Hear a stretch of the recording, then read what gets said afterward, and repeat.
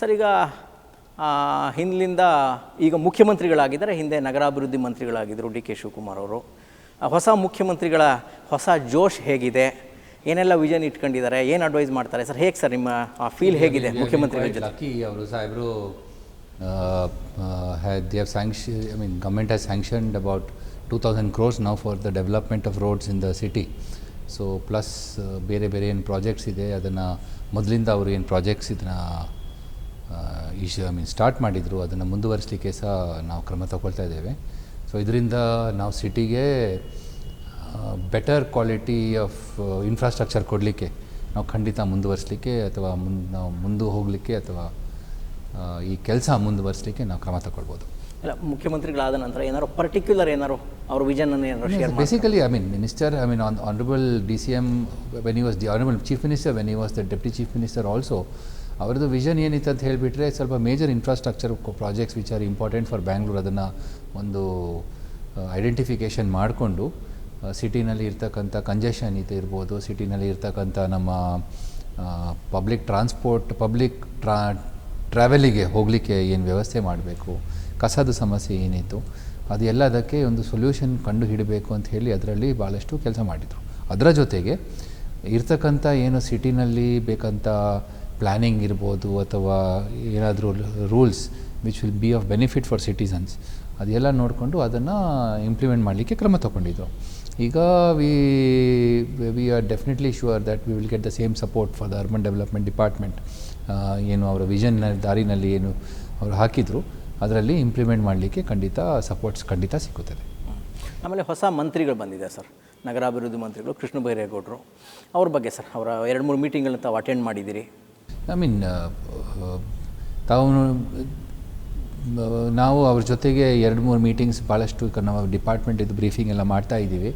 ಪ್ರತಿಯೊಂದು ಸಮಸ್ಯೆದ ಬಗ್ಗೆ ಏನಿದೆ, ಅದರ ಹಿನ್ನೆಲೆ ಏನಿದೆ, ಅದರ ಏನು ಡೆಪ್ತ್ ಇದೆ ಅದರಿಂದ ಖಂಡಿತ ಹೋಗಿಬಿಟ್ಟು ಏನೆಲ್ಲ ಪಾಸಿಬಲ್ ಸೊಲ್ಯೂಷನ್ಸ್ ಈಗಾಗಲೇ ಅವರು ಕೆಲವೊಂದು ತಿಳ್ಕೊಳ್ತಾ ಇದ್ದಾರೆ. ತಿಳ್ಕೊಂಡು ಇದರ ಬಗ್ಗೆ ಏನು ಪರಿಹಾರ ಕಂಡು ಬರ್ಬೋದು ಅಂತ ಹೇಳಿಬಿಟ್ಟು ಏನು ಪ್ರಾಬ್ಲಮ್ ಸಾಲ್ವಿಂಗ್ ಅಪ್ರೋಚಿಂದ ನೋಡ್ಕೊಳ್ತಾ ಇದ್ದಾರೆ. ಅದರ ಜೊತೆಗೆ ತಾವು ನೋಡಿರ್ಬೋದು, ನಾವು ರಾತ್ರಿ ಸಹ ಒಂದು ದಿವಸ ಔಟರ್ ರಿಂಗ್ ರೋಡ್ನಲ್ಲಿ ಏನು ನಾವು ರೋಡ್ ಮಾಡ್ತಾ ಇದ್ದೇವೆ ಜನರಿಗೋಸ್ಕರ, ಅದರ ಬಗ್ಗೆ ಸಹ ಡೀಪಾಗಿ ಅದರ ಡೀಟೇಲ್ಡ್ ರಿವ್ಯೂ ಸಹ ತೊಗೊಂಡ್ಬಿಟ್ಟಿದ್ದಾರೆ. ಸೊ ಈ ಕಾರ್ಯಕ್ರಮ ಖಂಡಿತ ಇದು ಏನು ಡಿಸ್ಕಷನ್ಸ್ ಖಂಡಿತ ಮುಂದುವರಿಸಿದೆ. ಆ್ಯಂಡ್ ದ ಐಡಿಯಾ ಈಸ್ ಸಿಟಿಗೆ ಏನು ಸಸ್ಟೈನೇಬಲ್ ಆ್ಯಂಡ್ ಲಿವಬಲ್ ಸಿಟಿ ಅಂತ ಹೇಳಿ ಅವರದೊಂದು ಈಗಾಗಲೇ ಆರ್ಟಿಕ್ಯುಲೇಟ್ ಮಾಡಿ ಇಟ್ಟಿದ್ದಾರೆ ವಿಷನ್.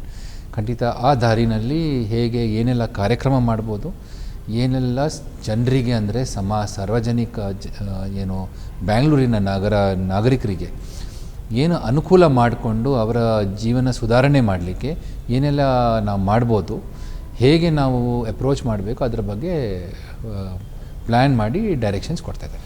ಸಚಿವರು ಒಂದು ಮಾತು ಹೇಳಿದ್ರು ಸರ್, ನಾನು ನಿಮ್ಮ ಬಗ್ಗೆ ಹೇಳ್ತಾ ಇಲ್ಲ, ಈ IASಗಳ ಪೈಕಿ ಸ್ವಲ್ಪ ರೂಲ್ ಮೈಂಡೆಡ್ಡು, ನಾನ್ ಕರಪ್ಟು, ಸಿಸ್ಟಮ್ನ ಸುಧಾರಣೆ ಮಾಡುವ ಕೆಲವು IASಗಳ ಪೈಕಿ ತಾವು ಒಬ್ಬರು. ಹಾಗಾಗಿ ಈ ಪ್ರಶ್ನೆ ನಿಮಗೆ, ಅವ್ರು ಹೇಳಿದ ಪ್ರಶ್ನೆ ನಿಮ್ಗೆ ಅನ್ವಯ ಆಗಲ್ಲ ಅಂತ ಅಂದ್ಕೊಂಡು ಹೇಳ್ತಾ ಇದ್ದೀನಿ.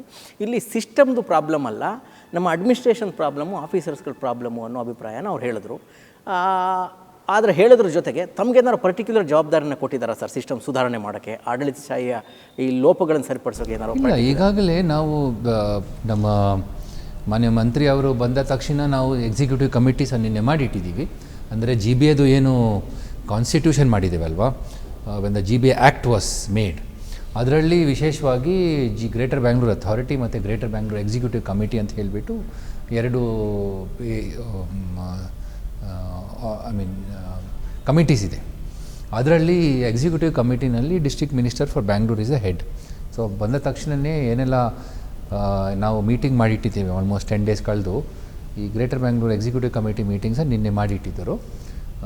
ಅಂದರೆ yesterday was Friday, that is 3rd of July. So ಅದರಲ್ಲಿ ವಿಶೇಷವಾಗಿ ಏನು ಐಡೆಂಟಿಫಿಕೇಷನ್ ಮಾಡಿದೆ ಅಂತ ಹೇಳಿದರೆ, ಸಿಟಿನಲ್ಲಿ ಬೇರೆ ಬೇರೆ ಇಲಾಖೆಗಳು ತಮ್ಮ ಕಾರ್ಯ ಮಾಡ್ತಾರೆ, ವ್ಯಾಪ್ತಿನಲ್ಲಿ ಇರ್ತಾರೆ.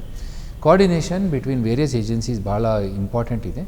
ಅದಕ್ಕೆ ಏನೆಲ್ಲ ವ್ಯವಸ್ಥೆ ಮಾಡಬೇಕು, ಇರ್ತಕ್ಕಂಥ ಅವರದ್ದು ಏನು ಬೇರೆ ಬೇರೆ ಇಲಾಖೆಯಲ್ಲಿ ಅವರು ಕೆಲಸ ಮಾಡಿ ಸಿಸ್ಟಮ್ಸ್ ಐಡೆಂಟಿಫಿಕೇಷನ್ ಮಾಡಿದ್ದಾರೆ. ಅದರ ಆಧಾರದ ಮೇಲೆ ನಾವು ಹೇಗೆ ಅದನ್ನು ಬಳಕೆ ಮಾಡ್ಬೋದು, ಲೈಕ್ಸೇ ಸ್ಟ್ಯಾಂಪ್ಸ್ ಆ್ಯಂಡ್ ರಿಜಿಸ್ಟ್ರೇಷನ್ ಸಿಸ್ಟಮ್ನಲ್ಲಿ ಇರ್ತಕ್ಕಂಥ ವ್ಯವಸ್ಥೆ ಅಥವಾ ನಮ್ಮ ಈ ಖಾತಾನಲ್ಲಿ ಇಂಪ್ಲಿಮೆಂಟೇಷನ್ ಮಾಡುವಾಗ ಕಂಡುಬಂದಂಥ ಸೊಲ್ಯೂಷನ್ಸು ಮತ್ತು ಯಾವೆಲ್ಲ ಡಾಕ್ಯುಮೆಂಟ್ಸ್ ಉಪಯೋಗ ಮಾಡಬೇಕು, ಮತ್ತು ಅದೇ ರೀತಿ that is for benefit of citizens in terms of ಖಾತಾ. ಮತ್ತು ಎಕ್ಸಿಕ್ಯೂಟಿವ್ ಕಮಿಟಿನಲ್ಲಿ ಬೇರೆ ಬೇರೆ ಇಲಾಖೆ ಒಟ್ಟು ಸೇರಿಸಿ ನಾವು ಎಲ್ಲ ಆ್ಯಸ್ ಎ ಟೀಮ್ ಹೇಗೆ ಕೆಲಸ ಮಾಡ್ಬೋದು ಅದಕ್ಕೆ ಭಾಳ ವಿಶೇಷ ಒತ್ತು ಕೊಟ್ಟಿದ್ದೀವಿ.